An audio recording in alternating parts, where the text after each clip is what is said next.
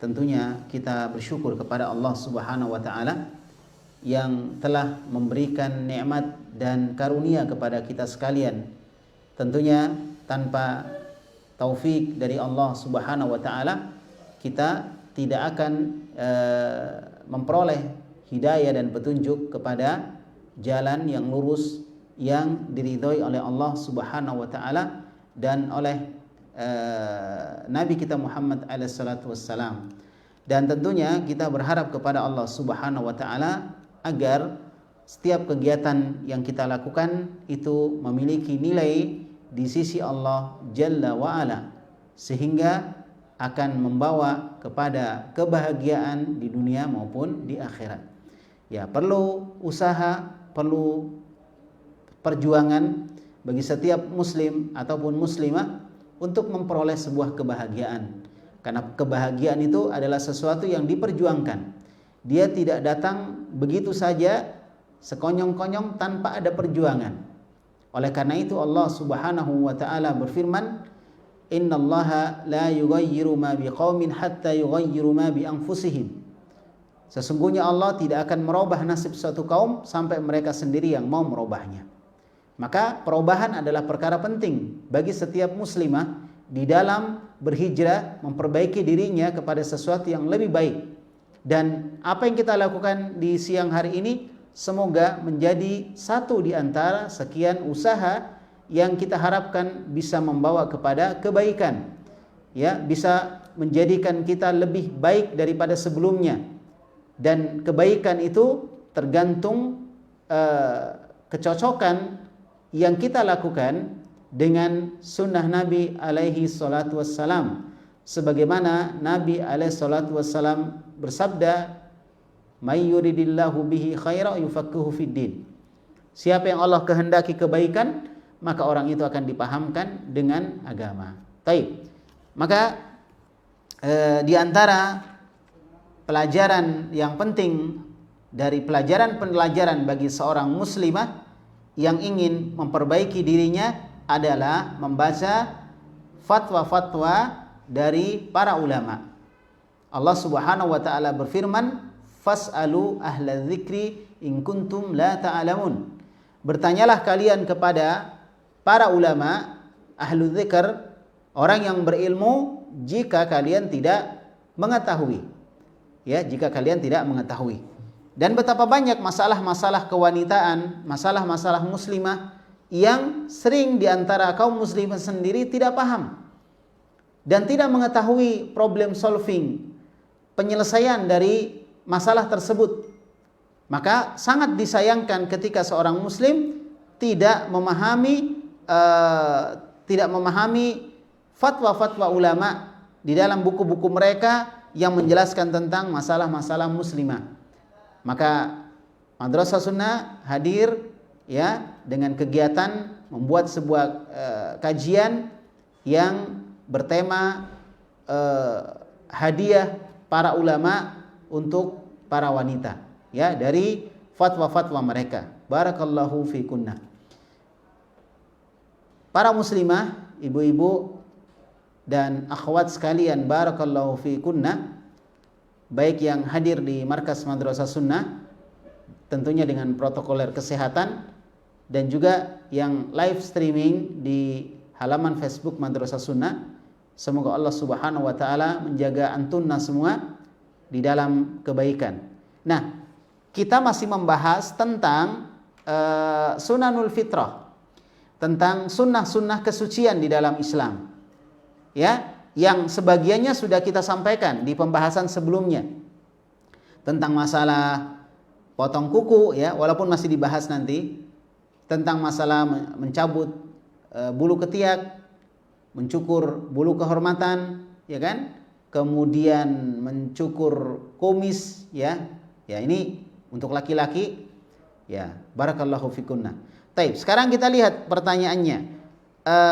Pertanyaan selanjutnya adalah ma hukmu ibqa'il adhafiri aktsar min arba'ina yauman. Bagaimana hukum membiarkan kuku lebih dari 40 hari tidak dipotong? Nah, ini biasanya di antara kaum muslimah tidak memotongnya melebihi 40 hari. Apakah sengaja atau tidak sengaja? Mungkin dia hitungannya keliru ya. Nah, dia hitungnya baru 2 pekan, tapi sebenarnya sudah 40 hari lebih. Sekarang apa hukumnya? Ya, kondisi seperti itu bagi seorang muslimah. Ya. Baik, jawaban dari pertanyaan ini dijawab oleh Syekh Muhammad bin Shalih Al-Utsaimin rahimahullah. Beliau mengatakan hadza fihi tafsilun. Dalam masalah ini ada rincian. Ada rincian. Jadi kita tidak langsung mengatakan tidak boleh, kita juga tidak bisa langsung mengatakan boleh. Tapi di situ ada rincian. Disinilah kehati-hatian para ulama di dalam menjawab pertanyaan. Ya, dan tentunya ini menunjukkan rasa takut mereka kepada Allah Subhanahu wa taala. Karena orang yang paling takut kepada Allah adalah para ulama. Orang yang paling takut kepada Allah adalah para ulama. Rasa takut mereka kepada Allah Subhanahu wa taala menyebabkan mereka tidak berani dengan serta-merta menjawab pertanyaan, apalagi kalau di dalamnya ada rincian, kecuali mereka menyebutkan rinciannya. Nah, termasuk dalam masalah ini, boleh tidak seorang memelihara kukunya lebih dari 40 hari? Nah, itu kan pertanyaan ya. Boleh enggak? Maka kata Syekh Utsaimin, hadza fihi tafsilun. Di dalamnya ada rincian. Nah, kemudian beliau menyebutkan rinciannya gimana? Idza kana al-hamilu lahu ala dzalika iktida'a atau al-iktida'a bil kuffari alladzi inharafat fitaruhum anis salama fa inna dzalika haramun. Apabila motivasi mereka ya melakukan hal tersebut, memanjangkan kukunya, tidak memotongnya lebih dari 40 hari, pendorongnya adalah, motivasinya adalah mengikuti orang-orang kafir yang fitrah mereka telah menyimpang dari jalan keselamatan, dari Islam, maka hukumnya haram. Kalau ikut-ikutan hukumnya haram. Nah, banyak di antara kaum muslimah seakan-akan tidak memiliki prinsip lagi. Apa yang dilakukan oleh orang-orang kafir dari kalangan para wanita, itu dicontoh. Mereka melihat sebuah modernisasi, sebuah mode adalah ketika mereka bisa mencontoh mode orang-orang kafir, termasuk dalam mode kuku. Nah, gitu. Jadi kukunya dipanjangkan, mencontoh orang kafir. Hukumnya haram, akhwat. Enggak boleh. Apa dalilnya hukumnya haram? Kata Syekh Muhammad bin Shalih Al-Utsaimin, kata beliau, berdasarkan li'anna Nabi sallallahu alaihi wasallam qala, Nabi alaihi salatu wasallam bersabda, man tasyabbaha biqaumin fahuwa minhum. Siapa yang menyerupai sebuah kaum, maka dia termasuk dalam kaum tersebut. Makanya akhwat-akhwat para muslimah harus belajar tentang Islam, belajar tentang sunnah, supaya tidak ikut-ikutan dengan orang-orang kafir. Karena nggak paham, karena tidak tahu, karena belum dengar. Nah ini, padahal Masya Allah, majelis-majelis ilmu banyak tersebar di sekitar kita. Bahkan dalam kondisi sekarang ini, kita bisa belajar melalui aplikasi-aplikasi daring, ya, dengan jaringan. Kita bisa belajar. Oleh karena itu, jangan ada hal yang sangat riskan sekali, sangat urgen sekali pada diri seorang wanita, kemudian mereka tidak memahami hukumnya. Akhirnya dalam masalah panjang-panjangan kuku aja, dia ngikut-ngikuti orang-orang kafir. Hati-hati, man tasyabbaha fahuwa minhum. Ya, barang siapa menyerupai suatu kaum, maka dia termasuk dalam kaum tersebut. Berkata Syekhul Islam Ibnu Taimiyah, ini dinukil oleh Syekh Muhammad bin Shalih Al-Utsaimin, nukilan beliau dari ucapan Syekhul Islam Ibnu Taimiyah rahimahullah, kata Syekhul Islam, aqallu ahwali hadzal hadithi at-tahrimu. Ya. Hadis ini paling tidaknya menunjukkan haram. Paling tidak. Wa in kana zahiruhu yaqtadi kufrat tasyabbuhi bihim. Walaupun bisa saja kalau kita lihat zahir hadis ini itu mengantarkan kepada kekufuran. Menyerupai orang-orang kafir, ya. Bisa saja mengantarkan kepada kekufuran. Dan ini sejalan dengan apa yang diucapkan oleh sahabat yang mulia Abdullah ibnu Mas'ud Abu Abdurrahman. Kata Abdullah ibnu Mas'ud, la yushabbihu zayyu zayya hatta tushabbihul quluba hatta tushabbihul qulubu al-quluba. Tidaklah gaya menyerupai gaya kecuali suatu saat nanti bisa saja hati menyerupai hati. Jadi awalnya mencontoh orang-orang kafir, gaya mereka, model mereka, ya kan? Dicontoh. Pertama mereka enggak mencontoh hati orang kafir berupa kekufuran, pengingkaran kepada Allah, enggak dia contoh. Tapi lama-lama kalau terus dia mengikuti orang-orang kafir, bisa saja nanti dia mengikuti hati mereka. Hatinya bisa seperti hati mereka. Na'udzubillahi min dzalik. Maka kata Syekhul Islam Ibnu Taimiyah, paling tidak hukumnya haram, paling tidak. Wa amma idza kana al-hamilu li ibqaiha akthar min 40 yawman mujarrada hawa fi nafsil insani fa inna dzalika khilaful fitrati ma waqqatahun nabiyyu sallallahu alaihi wasallam li ummatihi. Nah, ini kata Syekh Muhammad bin Shalih Utsaimin.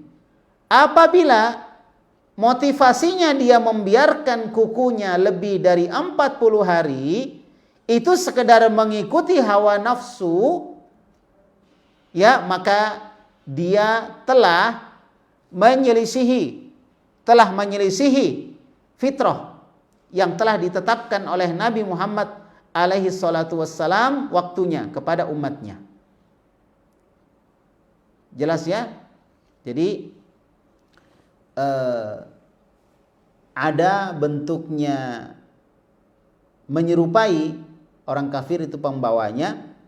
Yang kedua adalah menyelisihi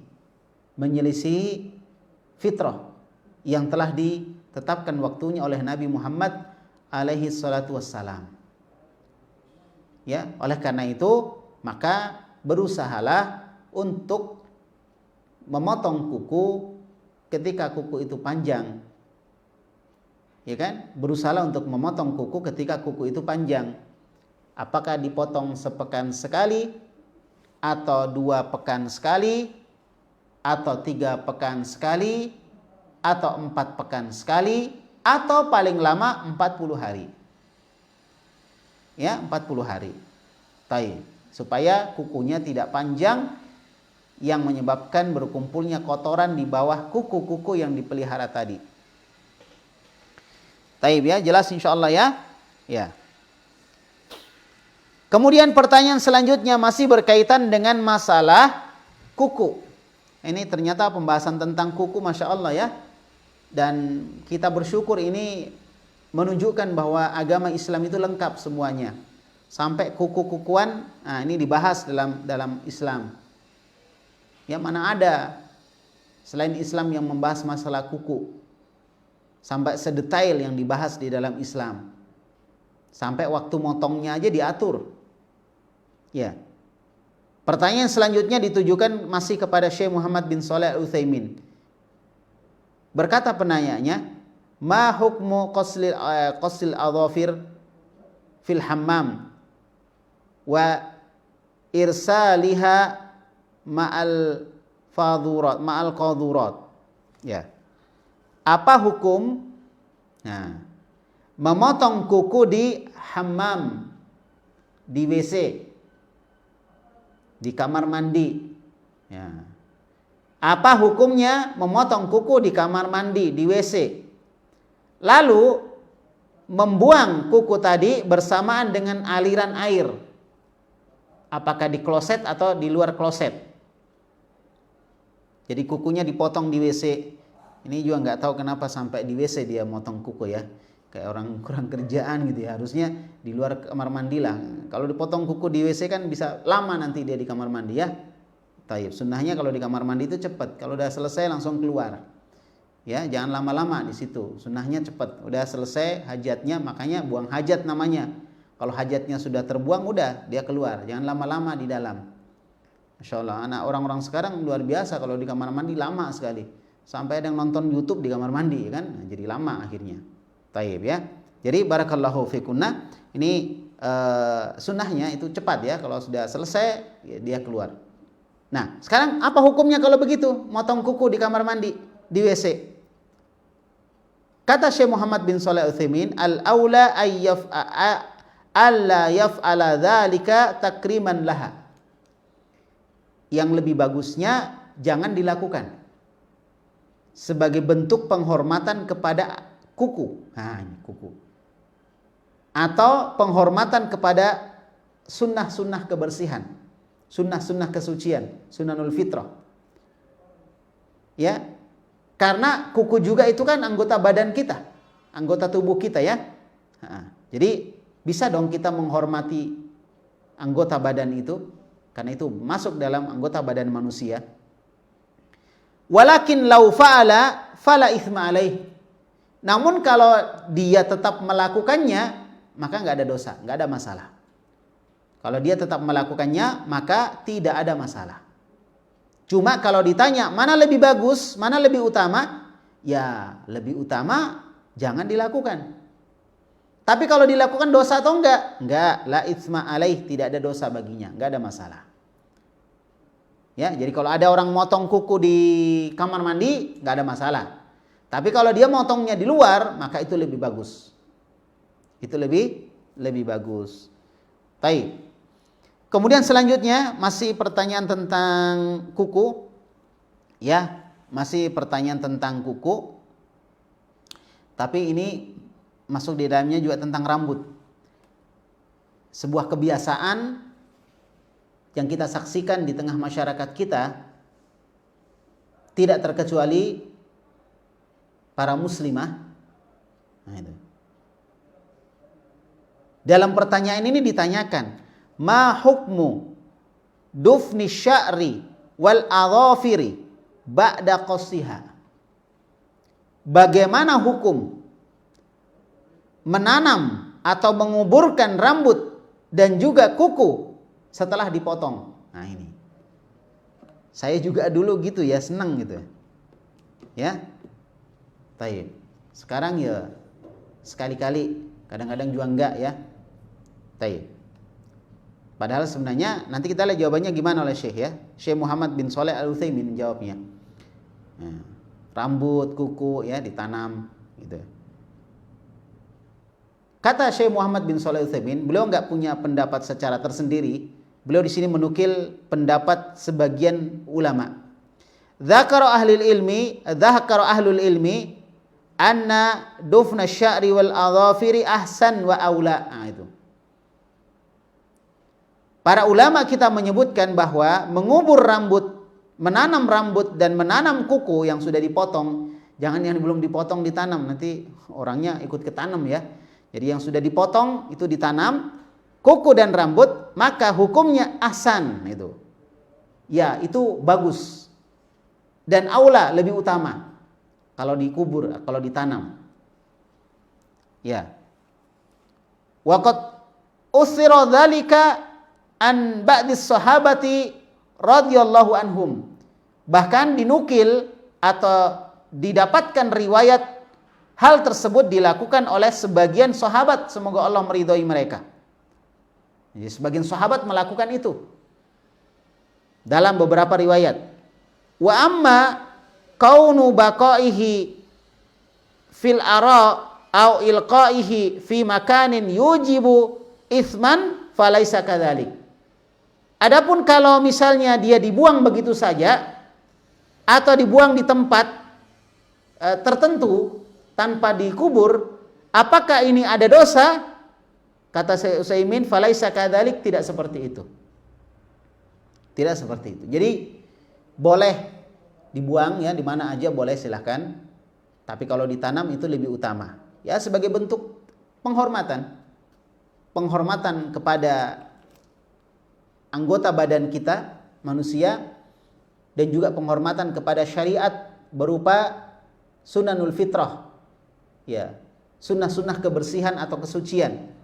Allah Subhanahu wa taala berfirman, "Wa may yu'azzim sya'airallahi fa innaha min taqwal qulub." Barang siapa yang mengagungkan syiar-syiar Islam, maka itu termasuk dari ketakwaan di dalam hati. Itu termasuk ketakwaan di dalam hati. Maka ini syiar Islam kita agungkan, dan juga ini berkaitan dengan anggota badan manusia, maka kita kuburkan, maka insya Allah tidak ada masalah.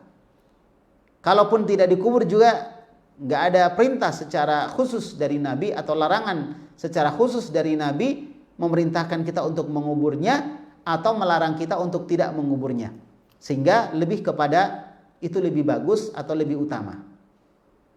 Ya, tentunya kita berusaha untuk melakukan yang lebih utama, yang lebih utama. Dan juga nggak ada salahnya kalau kita kubur, kecuali kalau ada keyakinan tertentu. Nah itu, ada keyakinan tertentu. Maka ini tentunya keliru ya kalau ada keyakinan-keyakinan yang bertentangan dengan ajaran Islam. Ya, dikubur misalnya supaya selamat ya, supaya tidak ada diganggu setan gitu, supaya nanti tidak ada yang mencelakakan dia misalnya. Nah, ini khurafat, keyakinan yang tidak benar. Dia sekedar pada bentuk pengagungannya saja. Itu. Atau misalnya dalam masalah mandi janabah ya, akhwat, biasanya ibu-ibu atau muslimah, biasanya kalau mereka sedang haid, kemudian ada rambutnya yang rontok jatuh, itu biasanya dikumpul-kumpul dulu. Ya, nggak tahu mau ditimbang atau di apa, biasanya dikumpul dulu, kemudian ditaruh di kertas, kertasnya dilipat, diselipkan di tembok. Dulu kan kalau orang-orang dulu itu temboknya masih kayu ya, triplek gitu, jadi antara triplek dengan baloknya itu biasanya ada celah-celah, dimasukkan di situ. Biasa juga lupa ya, jadi akhirnya banyak rambut di mana-mana. Nah itu mereka kumpulkan, nanti pas sudah bersih dia dari haid, maka rambutnya itu ditaruh di atas kepalanya, dimandikan sama-sama. Nah, ini juga keliru karena tidak ada riwayat menerangkan tentang itu. Ya, tidak ada riwayat menerangkan tentang itu. Adapun menguburnya maka ini sekedar juga baik, boleh, baik, dan lebih utama, lebih hati-hati. Ya, jadi langsung dikuburkan aja. Langsung dikuburkan. Itu lebih hati-hati dari jawaban Syekh Muhammad bin Shalih Al-Utsaimin. Ya, kata beliau itu lebih hati-hati, lebih bagus menukil ucapan para ulama ya yang lain. Nah, ya, dan ini Masya Allah ya, agama kita benar-benar adil ya. Ngelihatnya adil, ini boleh, ini nggak boleh gitu. Ya, ini agama kita demikian adilnya. Islam begitu adilnya. Kalau misalnya tidak ada dalil yang mengatakan tidak boleh, ya dia mengatakan ya nggak ada masalah. Dia membuang apa? Membuang rambutnya, membuang kukunya, begitu saja. Ya nggak ada masalah. Tidak ada masalah. Mau dibilang dosa? Ya enggak, karena kita nggak punya dalil mengatakan bahwa itu dosa. Tapi kalaupun dia kubur, lalu dia mengatakan saya kubur ini sebagai bentuk pengagungan saya terhadap syariat Allah, bentuk pengagungan saya kepada anggota badan manusia, maka tidak ada masalah dan insya Allah itu bagus saja, nggak ada masalah insya Allah. Dan masalahnya longgar, ya silahkan Anda memilih mana yang lebih bagus. Ya, menurut kita, dan tentunya kalau kita mau hati-hati ya udah kita tanam tanpa ada keyakinan-keyakinan yang bertentangan dengan syariat Islam. Gitu ya. Karena keyakinan ini juga penting ya. Keyakinannya salah, nanti syariatnya atau apa yang dia lakukan juga jadi salah. Kalau keyakinannya salah. Ya. Jelas insyaallah ya. Lalu kemudian pertanyaan selanjutnya, hal yastaku al-insanu bil yadil yumna au bil yadil yusra. Nah, ini juga masalah yang sering muncul. Ini masalah gosok gigi. Nah, gosok gigi ini termasuk sunnahul fitrah. Termasuk sunnah-sunnah kesucian. Ya, masalah gosok gigi. Jadi apakah gosok gigi itu harus pakai tangan kanan atau pakai tangan kiri? Nah, ini. Perhatikan ya. Apakah dia harus pakai tangan kanan atau pakai tangan kiri? Dan lihatlah bagaimana para ulama berdalil. Selalu ada dalilnya. Nah, ini membantah tuduhan bahwa Ahlus Sunnah Salafi itu arogan ya. Itu membantah tuduhan itu. Ahlus Sunnah Salafi itu bukan arogan, tapi mengikuti dalil. Mengikuti dalil. Lihat salah satu contoh ulama Salafi Ahlus Sunnah wal Jamaah, Syekh Muhammad bin Shalih Al-Utsaimin. Bagaimana beliau menjelaskan hal ini? Boleh tidak? Atau apa yang harus dipakai? Tangan kanan atau tangan kiri ketika gosok gigi?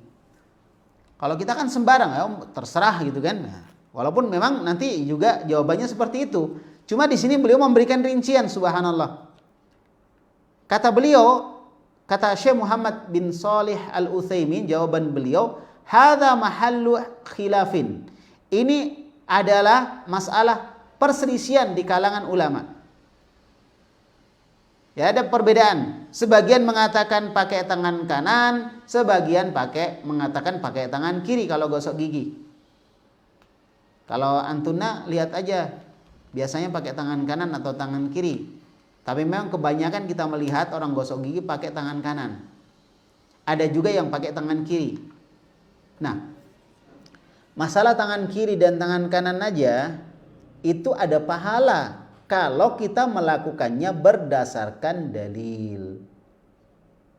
Kalau kita melakukannya berdasarkan apa? Berdasarkan dalil. Namun kalau kita melakukannya tidak berdasarkan dalil, cuma ikut-ikutan, taklid, maka kita nggak dapat pahala. Innamal a'malu binniyat wa innamal likulli imri'in ma nawa. Segala sesuatu tergantung niatnya dan seseorang akan mendapatkan sesuai dengan apa yang dia niatkan. Paham insyaallah ya? Ya. Sekarang kata Syekh Utsaimin, ini ada perbedaan pendapat di kalangan para ulama. Fadhahaba ba'dul ulama'i ila annal insana yastaku bil yadil yumna. Sebagian para ulama berpendapat bahwa seorang ketika mau sikat gigi, dia pakai tangan kanan.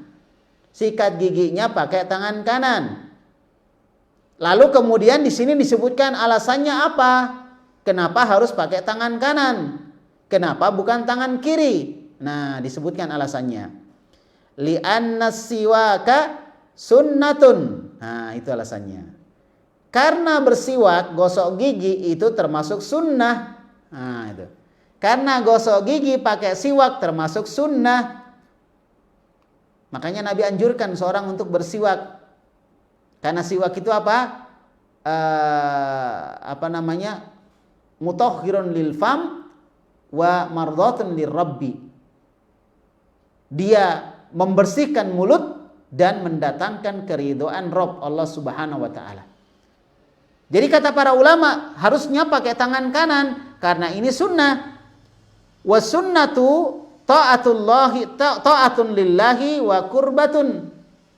Sedangkan sunnah itu adalah ketaatan kepada Allah dan pendekatan kepada Allah.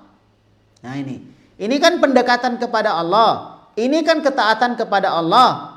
Saya membersihkan gigi saya karena Allah perintahkan melalui lisan Rasulullah SAW. Berarti sunnah dong ini. Berarti ketaatan dong ini. Makanya pakai tangan kanan. Fala tunasibu an takuna bil yadil yusra li'annal yusra ya tuqaddamu lil adha. Maka tidak pas, tidak sesuai kalau pakai tangan kiri. Karena tangan kiri digunakan untuk memegang, menyentuh sesuatu yang kotor.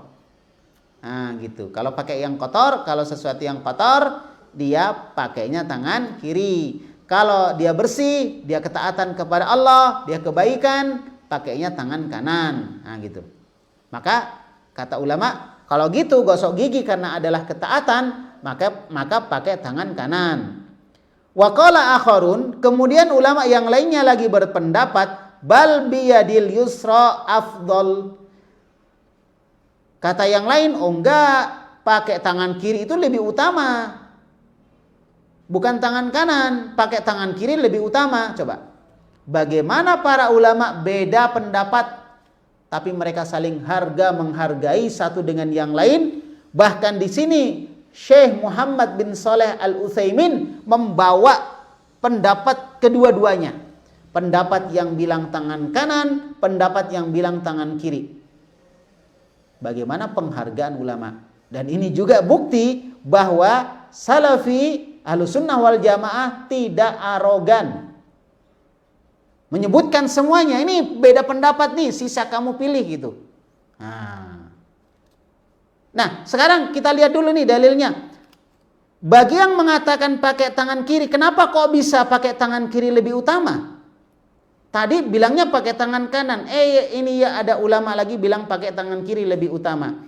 Dijelaskan. Wadzalika li'anna siwaka liizalatil adza. Itu disebabkan karena siwak itu tujuannya untuk menghilangkan kotoran. Siwak itu tujuannya untuk apa? Menghilangkan kotoran. Kotoran-kotoran gigi, ya, karang-karang gigi dan seterusnya itu dihilangkan dengan apa? Dengan siwak. Itu tujuannya. Ya, jelas? Nah, wa izalatul adza takunu bil yusra. Jadi membersihkan kotoran yo pakai tangan kiri, bukan tangan kanan.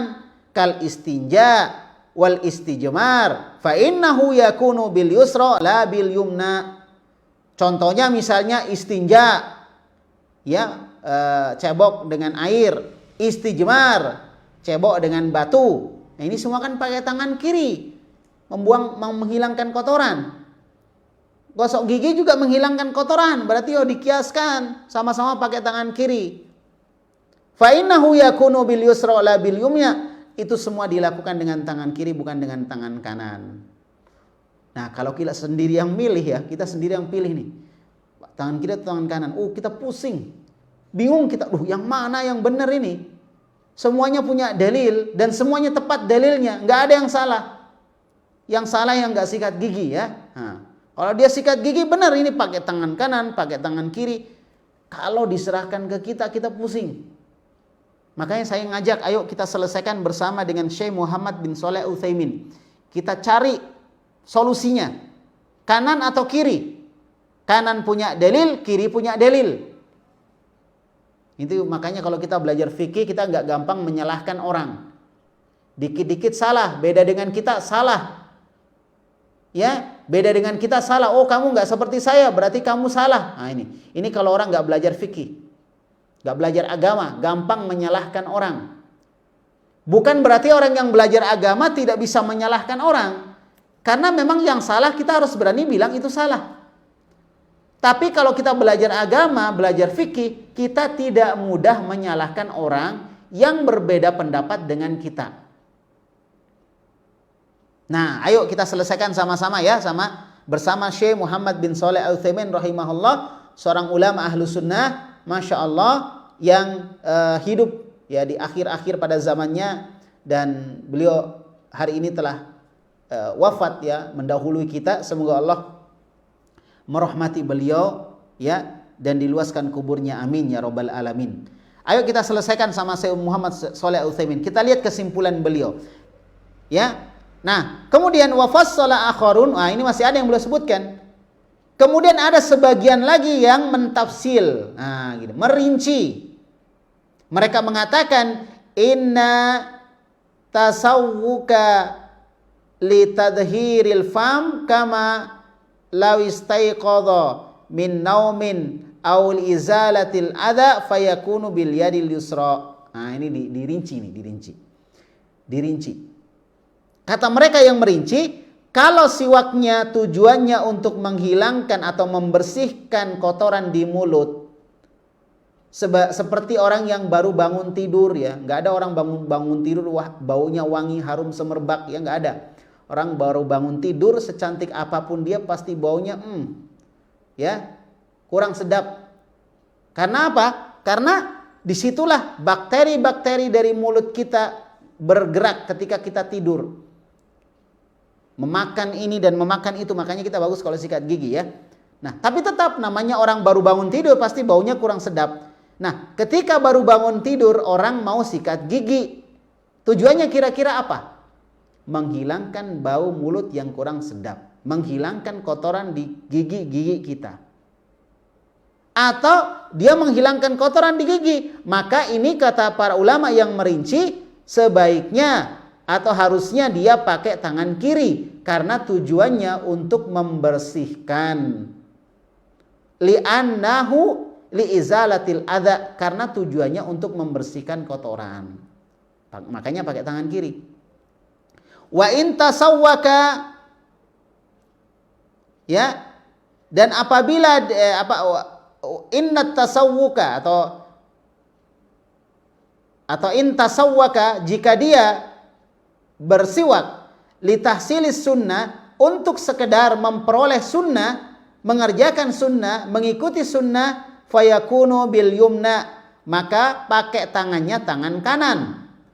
Jadi kadang-kadang tangan kanan, kadang-kadang tangan kiri, tergantung niatnya. Niatnya untuk membersihkan pakai tangan kiri, niatnya untuk ikut sunnah pakai tangan kanan. Ya, karena tujuannya apa? Tujuannya li'annahu mujarradu kurbatin, karena tujuannya hanya sekedar untuk ibadah. Bukan untuk membersihkan mulut secara langsung, tapi untuk ibadah, mengikuti sunnah.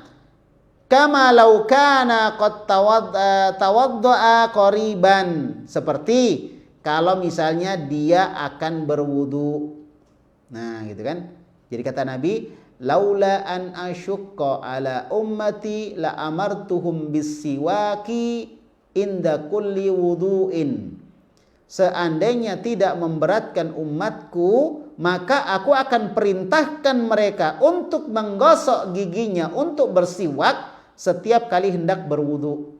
Nah, ada siwak di situ. Walaupun dia giginya sudah bersih, mengkilat, cemerlang, ya mungkin orang lihat itu langsung silau, ya, saking bersihnya giginya. Tapi ketika dia mau berwudu, dia tetap sikat gigi, mengikuti sunnah. Nah, disinilah dia pakai tangan kanan. Menurut ulama yang merinci tadi, bisa tangan kanan, bisa tangan kiri. Wastaka fa innahu yastaku bil yumna. Kemudian dia sikat gigi, maka dia sikat giginya pakai tangan kanan. Dia pakai tangan kanan. Wal amru walillahil hamd fi hadza wasi'un fayastaku kama yurid li'annahu laisa fil mas'alati nassun wadihun. Namun masalah ini masalah yang longgar. Alhamdulillah. Masalah yang luas, masalah bebas, ya. Orang yang pakai tangan kanan tidak menyalahkan yang pakai tangan kiri. Orang yang pakai tangan kiri dalam gosok gigi tidak menyalahkan yang pakai tangan kanan, karena masalahnya masalah yang luas, masalah yang tidak ada masalah pakai tangan kiri atau tangan kanan. Seperti yang dia mau apa coba? Tangan kanan silahkan, tangan kiri silahkan. Ya kan? Karena memang masalah ini, kata Syekh Utsaimin, ya, laisa fil mas'alati nassun wadihun, karena dalam masalah ini tidak ada nas, tidak ada keterangan yang jelas menerangkan tentang hal tersebut. Menerangkan tentang hal tersebut. Ya. Masya Allah, jelas ya. Jadi nanti kalau misalnya ada orang sikat gigi pakai tangan kanan, tidak ada masalah. Pakai tangan kiri tidak ada masalah. Tapi kalau misalnya dia ingin merinci sebagaimana tadi pendapat yang ketiga dirinci, gimana caranya? Kalau dia niatnya untuk membersihkan, ya pakai tangan kiri. Kalau niatnya untuk ikut sunnah, bukan membersihkan karena dia sudah sikat gigi, ya pakai tangan kanan. Misalnya seperti itu juga tidak ada masalah, dan insya Allah ini lebih bagus karena mengikuti dua pendapat sekaligus. Tidak ada yang disalahkan dan dua-duanya dipakai. Paham ya insya Allah ya masalah ini? Baik. Ya ini masalah yang kita berharap kepada Allah Subhanahu wa taala ini bisa kita pahami baik-baik, kita mengerti sehingga kita tidak gampang menyalahkan orang. Ya, tayyib, masya Allah. Ini udah 3 pertanyaan, ini udah luar biasa ini 3 pertanyaan ini, bukan 3 ya 4 ya. Sekarang udah masuk pertanyaan kelima untuk hari ini. Ya, kita lihat dulu pertanyaan kelima. Ma hukmu izalati sya'ril ibti wa qassil adhafiri wa qassi syaribi wa halqil ana? Apa hukum menghilangkan rambut ketiak, memotong kuku, mencukur kumis, dan memotong rambut kehormatan? Nah, apa hukumnya? Masing-masing punya hukum. Kalau hukum berarti ya hukumnya hukum mukallaf ya ada 5. 1 haram, 2 makruh, 3 mubah, 4 wajib, 5 mustahab atau sunnah. Itu hukum mukallaf. Hukum. Apa hukumnya haram? Apa hukumnya makruh? Ataukah hukumnya mubah? Atau hukumnya wajib? Atau hukumnya mustahab? Ya, nah, mustahab itu artinya sunnah. Jadi di sini ada beberapa amalan masalah memotong, potong kuku dan potong rambut, apa hukumnya? Kata Syekh Muhammad bin Shalih Al-Utsaimin masih beliau, dan memang ini buku saya lihat banyak fatwa beliau yang dimasukkan, ya karena beliau Syekh Utsaimin kita akui kejeniusan beliau di dalam menjawab pertanyaan-pertanyaan, terutama dalam masalah-masalah fikih. Ya, baik. Nah, kata beliau, izalatu sya'ril ibti minal fitrah allati fattarallahu al-khalqa 'alaiha. Menghilangkan atau mencukur rambut ketiak atau mencabut rambut ketiak itu termasuk fitrah yang Allah telah fitrahkan kepada makhluknya, Taib. Jelas ya? Allah telah fitrahkan kepada makhluknya. Ya. Nah, kemudian kata beliau, waja'at biha asy-sya'airu al-munazzalu min indillahi azza wa jalla. Kemudian kata beliau, kemudian datanglah syariat Islam yang datang dari Allah Subhanahu wa taala. Ya. Syariat Islam yang datang dari Allah Subhanahu wa taala. Wa kadzalika qassul adhafir wasyarib. Demikian pula mencukur atau memotong kuku dan mencukur kumis. Wa halqul anah, dan memotong bulu kehormatan. Fahadhil asya kulluha minnal fitratil lati turdiha kullu akilin lam yataghayyar fitratuhu. Dan ini semua adalah fitrah, kesucian, kebersihan yang disetujui oleh setiap orang yang berakal yang fitrahnya masih bersih. Nah, ada juga orang berakal fitrahnya sudah rusak, nggak tahu mana benar mana salah. Ya, wa aqrabuha asyara wa aqarratha asy-syara'i'u al-munazzalatu min indillahi azza wa jalla. Nah, kemudian sesuatu yang disepakati oleh akal manusia ini semuanya sepakat selama akalnya tidak rusak, ditetapkan, dikuatkan oleh syariat yang diturunkan dari sisi Allah Subhanahu wa taala. Jadi syariat itu datang salah satu fungsinya untuk menguatkan apa yang sudah diyakini oleh manusia berupa kebaikan-kebaikan. Karena memang Islam adalah agama yang sesuai dengan fitrah, tidak mungkin bertentangan dengan fitrah. Islam sesuai dengan fitrah manusia, gitu. Jadi kebersihan-kebersihan yang disebutkan tadi diakui. Mungkin pernah saya sampaikan di sini ya, saya pernah cerita sama non muslim ya di sebuah pesawat ya tentang kebersihan. Dan mereka kagum melihat orang-orang Islam itu ketika berwudu dan lain sebagainya. Apalagi di masa-masa awal-awal pandemi dulu, awal-awal pandemi. Kita ceritanya pas awal-awal pandemi. Ya, dia takjub melihat itu. Ya. Tayyib. Ini menunjukkan apa? Menunjukkan memang secara fitrah ya, secara fitrah bahwa membersihkan apa yang kita sebutkan tadi, mencukur dan seterusnya, itu sesuai dengan fitrah manusia. Sesuai dengan akal mereka.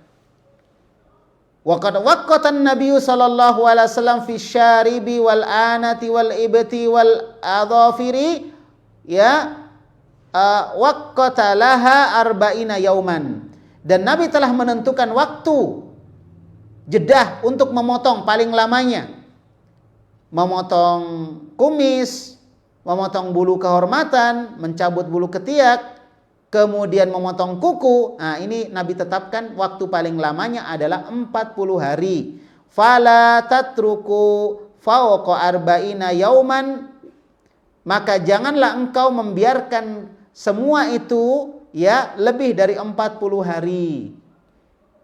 Kalau sudah 40 hari nanti terlalu panjang ya, merentesnya susah. Nah, jadi cepat dipotong sebelum panjang. Kalau panjang, motongnya susah. Ya, jadi satu. Yang kedua, nanti kalau motongnya terlambat, nanti kalau orang Jawa bilang nanti datang kuman. Kumannya cepat datang nanti. Ya, kumannya sembunyi di tempat-tempat seperti itu. Ini bisa menimbulkan penyakit, infeksi dan lain sebagainya. Paham ya insyaallah ya? Akan menimbulkan infeksi, ya, penyakit, wah macam-macam pokoknya. Nah, inilah Islam menjaga semuanya. Tidak ada tempat sembunyi bagi kuman-kuman itu jika kaum muslimin menjaga kebersihan sesuai dengan tuntunan Nabi Muhammad alaihi salatu wassalam. Wala hadza fanaqul, berdasarkan atas hal tersebut, maka kata Syekh Muhammad bin Shalih Al-Utsaimin, kami katakan, idza kana ar-rasulu sallallahu alaihi wasallam qad waqqata li ummatihi hadhil muddah. Ketika Rasulullah telah menetapkan waktu yang seperti ini kepada umatnya, fahiyal muddatu al-qaswa, maka ini adalah waktu paling maksimalnya, paling lamanya. Coba lihat di antara kaum muslimin, ada 2 tahun gak motong-motong kumisnya sampai panjang. Mulutnya sudah gak kelihatan lagi, sisa kumisnya aja yang kelihatan. Dipelintir-pelintir ya. Ada juga di antara kaum muslimin yang bulu ketiaknya gak dipotong sampai 2 tahun, 3 tahun. Ya, itu kalau pohon itu sudah kayak pohon yang dilestarikan itu, yang sudah ratusan tahun mungkin ya, susah dicabut sampai ke akar-akarnya. Saking dia pelihara, dijaga lama. Nah, ini keliru, nggak benar. Itu tempat terbaik bagi kuman-kuman berkumpul. Makanya Nabi SAW menyebutkan 40 hari ini karena di dalamnya ada hikmah.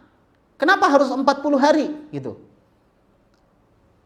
Ya mungkin mudah-mudahan ada yang bisa bikin penelitian ya.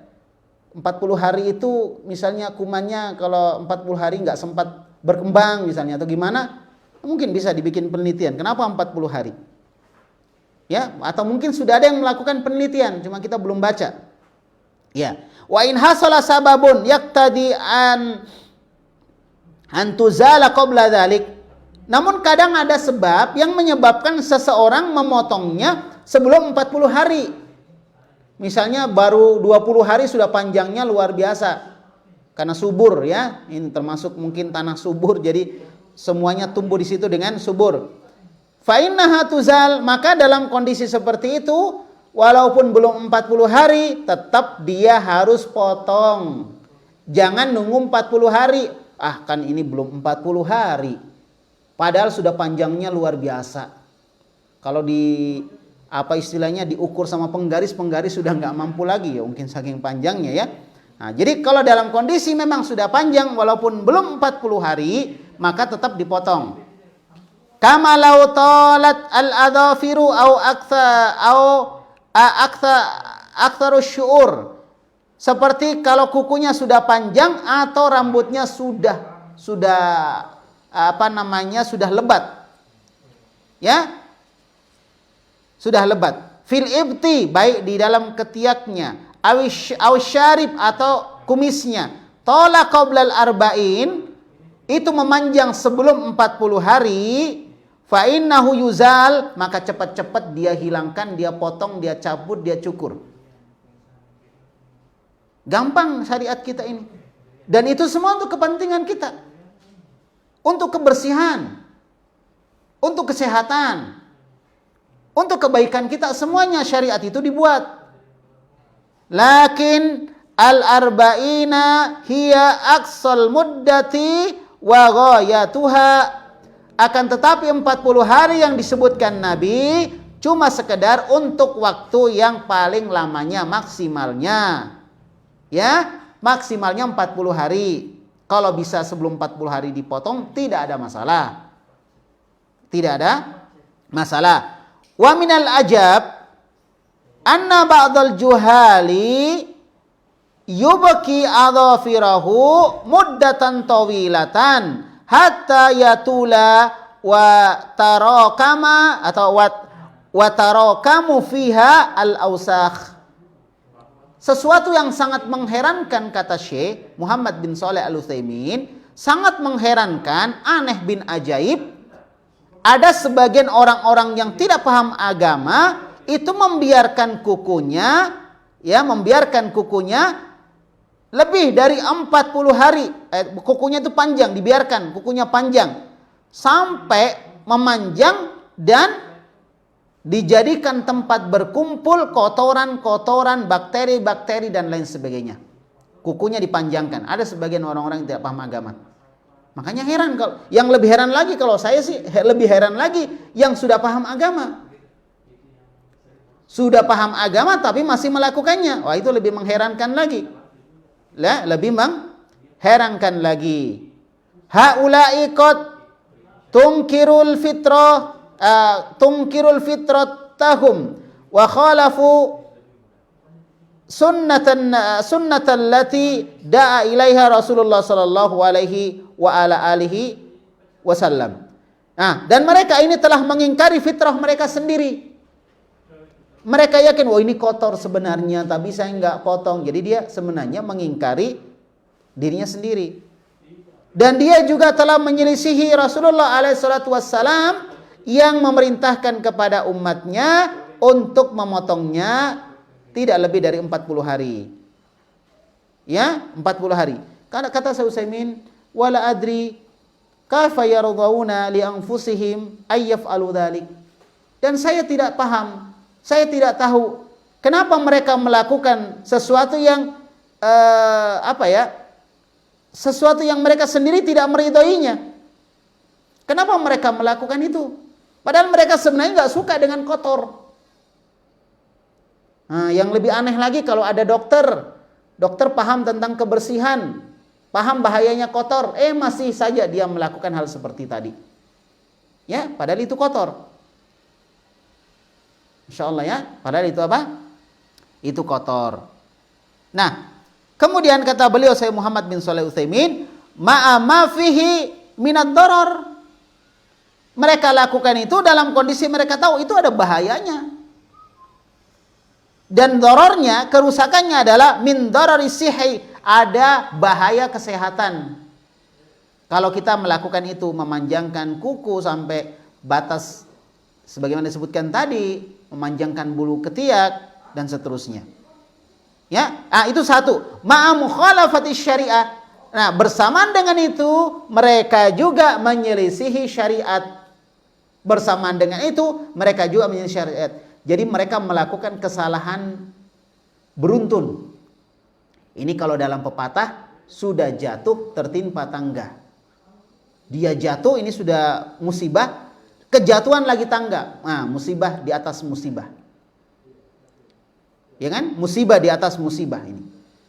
Sudah tahu itu kotor, membahayakan kesehatan, dia tetap langgar. Kemudian dia menyelisih sunnah, tetap dia langgar. 2 pelanggaran dia. Padahal cuma masalah cabut-cabutan tadi, cabut bulu ketiak, masalah cukur-cukuran, mencukur kumis, mencukur bulu kehormatan, ya, memotong kuku, masalah-masalah seperti itu. Ya, taib. Tapi dia melakukan 2 kesalahan sekaligus. Wa ba'dun nasi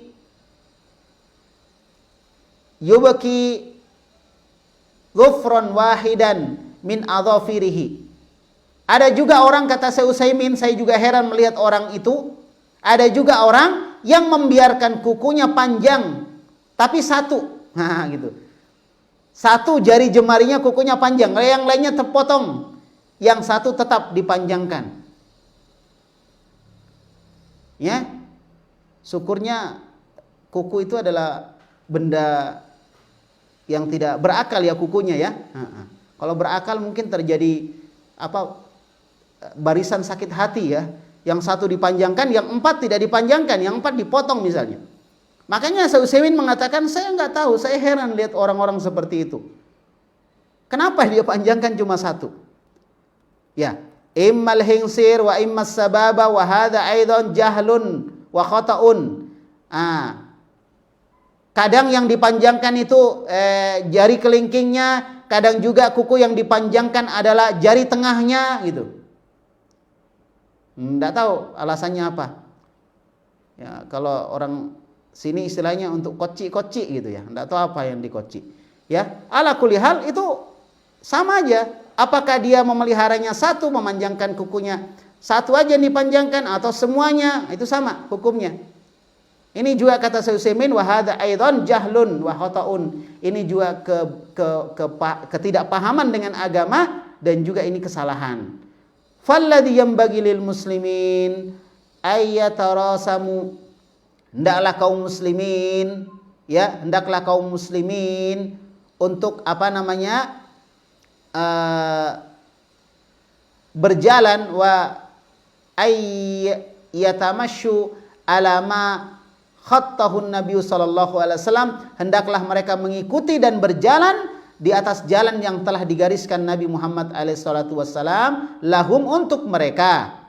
Ya, untuk mereka, berupa min fi'li hadhihi sunan, dengan cara menjalankan sunnah-sunnah ini, sunnah-sunnah kesucian, alladzi taqtadiha alfitratu, yang dituntut oleh fitrah manusia, oleh kesucian mereka, oleh akal manusia. Ya kan? Taib. Kemudian diantaranya adalah qasud adhafir, memotong kuku, wasyarib, memotong kumis, wahalqul ana, mencukur bulu kehormatan, wanatful ibad, dan mencabut bulu ketiak. Ini adalah sunnah-sunnah fitrah yang diajarkan di dalam Islam. Semoga Allah Subhanahu wa taala menunjukkan kita kepada hidayahnya untuk tidak melakukan hal-hal bodoh dengan menyediakan tempat bagi kuman dan bakteri di tubuh kita yang akhirnya itu bisa menyebabkan datangnya penyakit. Kita tahu dan kita paham penyakit datangnya dari Allah Subhanahu wa taala. Tapi datangnya penyakit itu karena ada sebab. Dan kadang sebab itu yang kita yang melakukannya. Sebab itu kita yang melakukannya. Tidak jaga kebersihan. Ya. Nanti muncul virus corona, COVID-19, baru semua jaga kebersihan. Sok bicara tentang imun, sok bicara tentang iman, sok bicara tentang aman. Sekarang, dulu kemana? Islam sudah dari dulu membicarakan masalah imun, masalah iman, masalah aman, ya kan? Ini termasuk salah satunya, supaya aman. Potong hal-hal yang harus dipotong. Jangan biarkan kuman dan bakteri berkumpul di tubuh kita. Nah, kita sendiri yang mengumpulkan. Pas ada kuman, pas sakit, baru dia mengeluh. Padahal dia sendiri yang bikin. Nas'alullah salama wal afiyah. Semoga Allah memberikan keselamatan, kesehatan kepada kita semuanya. Dan semoga negeri ini cepat diangkat wabah penyakitnya, virus corona itu bisa cepat hilang. dengan cara bersatu bersama-sama untuk melawan virus COVID-19 dengan mengikuti protokol kesehatan dari pemerintah kita. Semoga Allah Subhanahu wa taala menjaga kita, menjaga negeri ini dan menghindarkan dari segala bentuk keburukan. Dan salah satu cara yang kita lakukan adalah mengikuti sunnah Nabi Muhammad SAW, termasuk dalam masalah menjaga kebersihan. Nah, insya Allah nanti kita lanjutkan lagi di pembahasan kita yang akan datang. Dan masih ada waktu ya, insya Allah kita akan jawab beberapa pertanyaan yang sudah masuk ya. Kalau ada pertanyaan ya. Baik.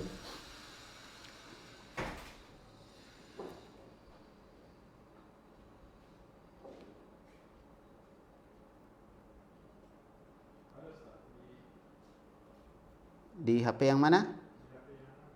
Yang satunya lagi, Cok. Tidak ada di sini.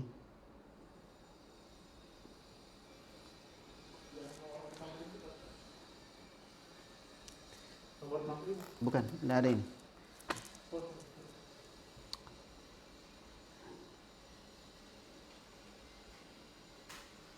Ya, ini ada pertanyaan, saya jawab dulu yang masuk ke saya, tapi yang terkumpul belum. Ya. Bismillah, Afwan Ustadz mau bertanya, bagaimana hukumnya seorang akhwat yang menyetor hafalan Al-Qur'annya ke dosen laki-laki? Kebetulan dosen tahfidz, saya laki-laki. Kalau tidak saya setorkan, nilai saya error. Kalau nilai saya error, takutnya orang tua saya berpikiran saya tidak serius belajar di kampus. Mohon nasihatnya Ustadz.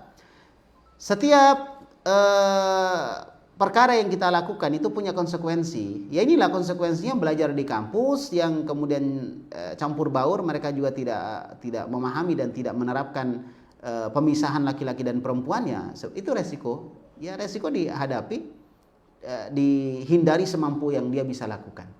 Dihindari yang bisa semampu dia lakukan. Hukum asal store hafalan pun kalau misalnya dia guru laki-laki, perempuan yang store guru laki-laki, selama aman dari fitnah, ya, kemudian misalnya di balik hijab, maka insya Allah tidak ada masalah. Selama aman dari fitnah.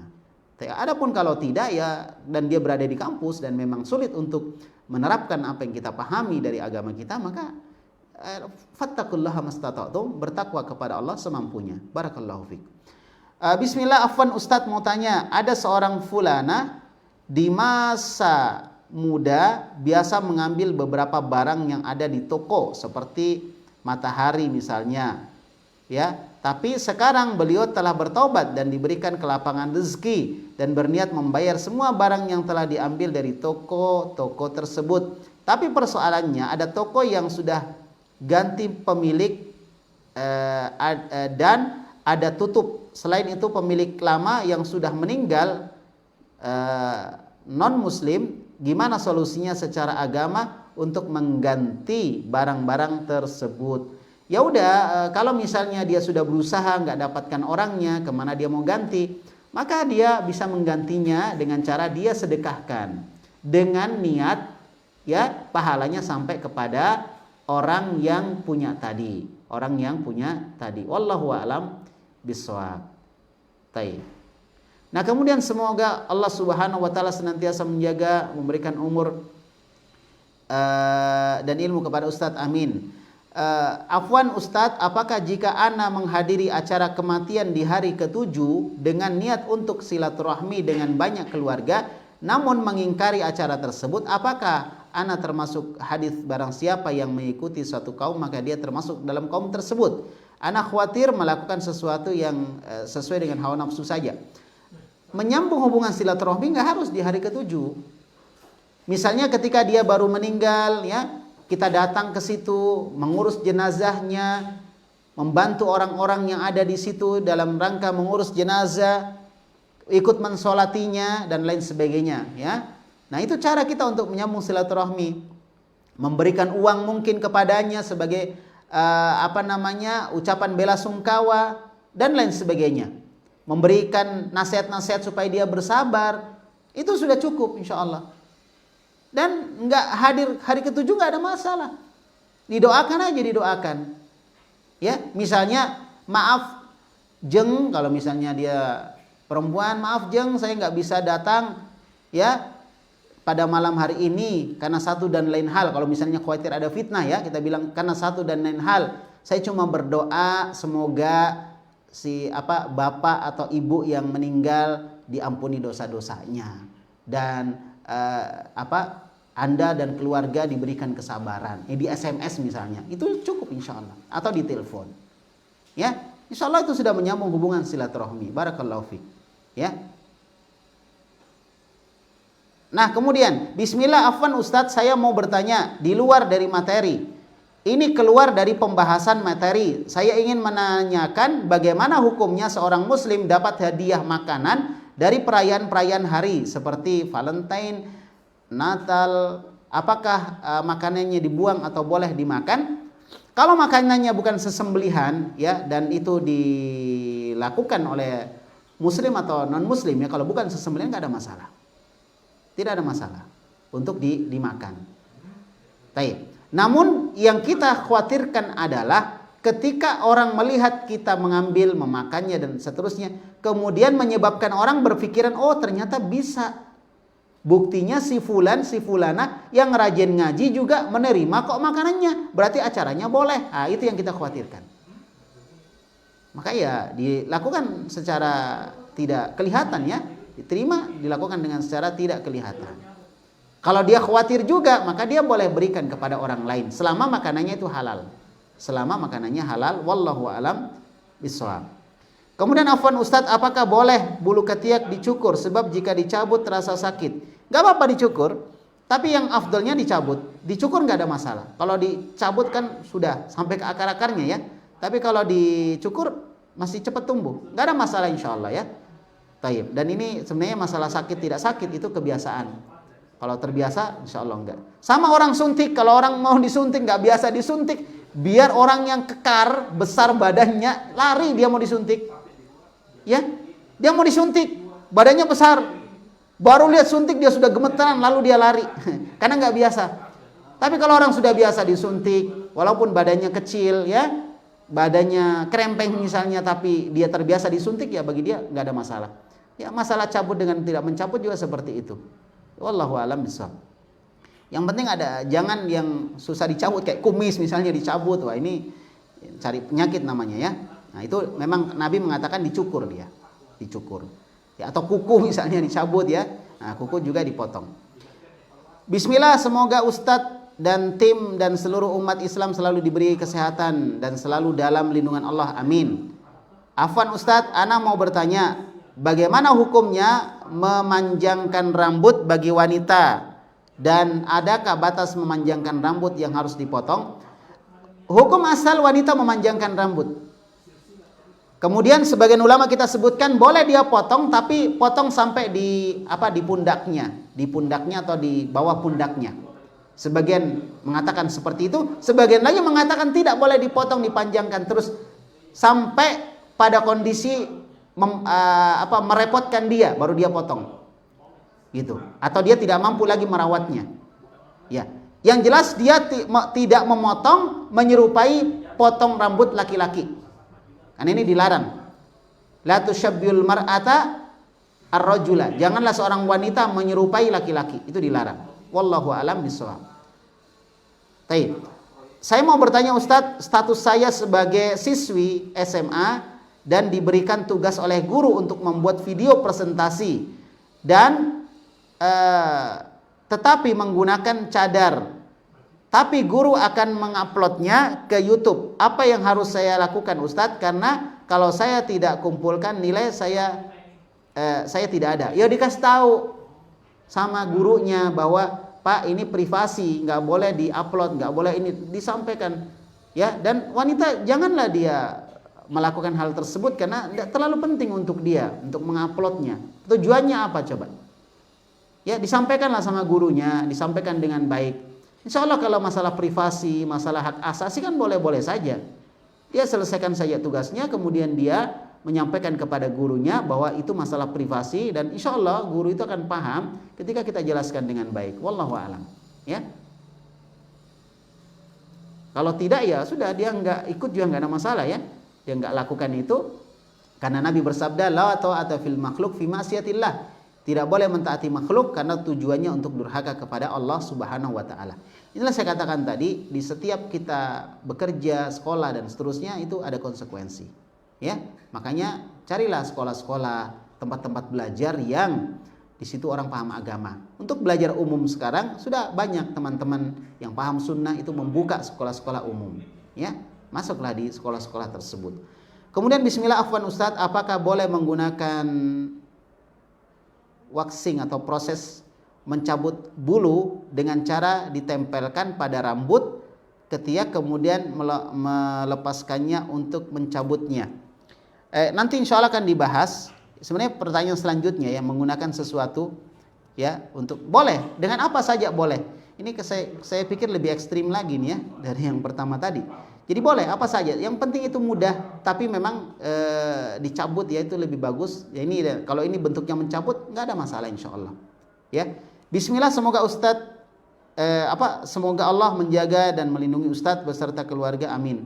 Afwan mau bertanya di luar pembahasan Ustadz, tapi ana sangat butuh jawaban untuk keluarga ana di kampung.